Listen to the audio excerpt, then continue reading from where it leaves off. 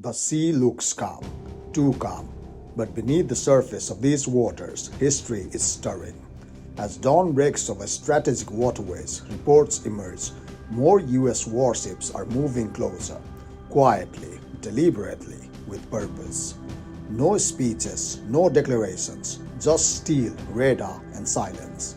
And when warships move, the world listens. Because war never announces itself with fireworks, it arrives first as a shadow. Aircraft carriers are not symbols of peace. Destroyers do not sail for diplomacy. Submarines do not surface to send warnings. Every movement is calculated. Every missile crossed is a message. To allies, it says, "We are here." To rivals, it whispers, "We are ready." And to civilians watching from afar, it raises a terrifying question: is war closing in? History tells us that wars are rarely sparked by a single moment. They build slowly, relentlessly, through repositioning, through routine maneuvers, through phases like defensive posture and strategic deterrence, until suddenly the routine becomes irreversible. We have seen this before. In past decades, fleets move under similar justifications: exercises, precautionary deployments, stability operations. But history remembers what followed. Once the ships are in place, leaders lose room to retreat. Pulling back becomes weakness, holding position becomes provocation, advancing becomes destiny. And somewhere between pride and pressure, miscalculation is born. What makes this moment different is the silence. No official countdown, no red alert, just an invisible clock ticking behind closed doors. In command centers, analysts watch screens filled with blips and signals. Each radar contact is dissected, each transmission replayed. One wrong move, one misunderstood signal, one trigger pulled by mistake. That's all it takes. War doesn't need intent, only momentum. As warships advance, the consequences ripple far beyond the ocean. Markets tremble, fuel prices react before bombs ever fall. Families thousands of miles away feel the weight of decisions made by people they will never meet. For the world, this isn't strategy, it's survival. And the fear isn't just war, it's what kind of war. Modern conflict doesn't stay contained. It spills into cyberspace, into economics, into daily life. There are no spectators anymore, only participants who haven't realized it yet. Why move warships closer? Because power must be seen to be believed. Because deterrence only works if it's visible. Because leaders fear appearing weak more than they fear escalation. But power is a double-edged weapon.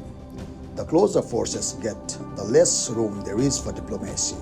Each step forward narrows the path backward, and behind every uniformed decision stands a human being, tired, pressured, trained to act in seconds. In moments like these, peace becomes fragile. Right now, the world is watching in real time. Phones glow with headlines, commentators speculate, rumors race faster than facts. Some say it's bluff, some say it's preparation, others say it's already too late. And that uncertainty, that not knowing, is what makes this moment dangerous. Fear fills the gap where information should be. War doesn't begin with explosions. It begins when patience runs out, when trust collapses, when leaders believe they have no other choice. And the most terrifying truth of all, once warships are in position, war no longer needs permission. It only needs a spark. Tonight, the ship remains at sea, the world remains on edge.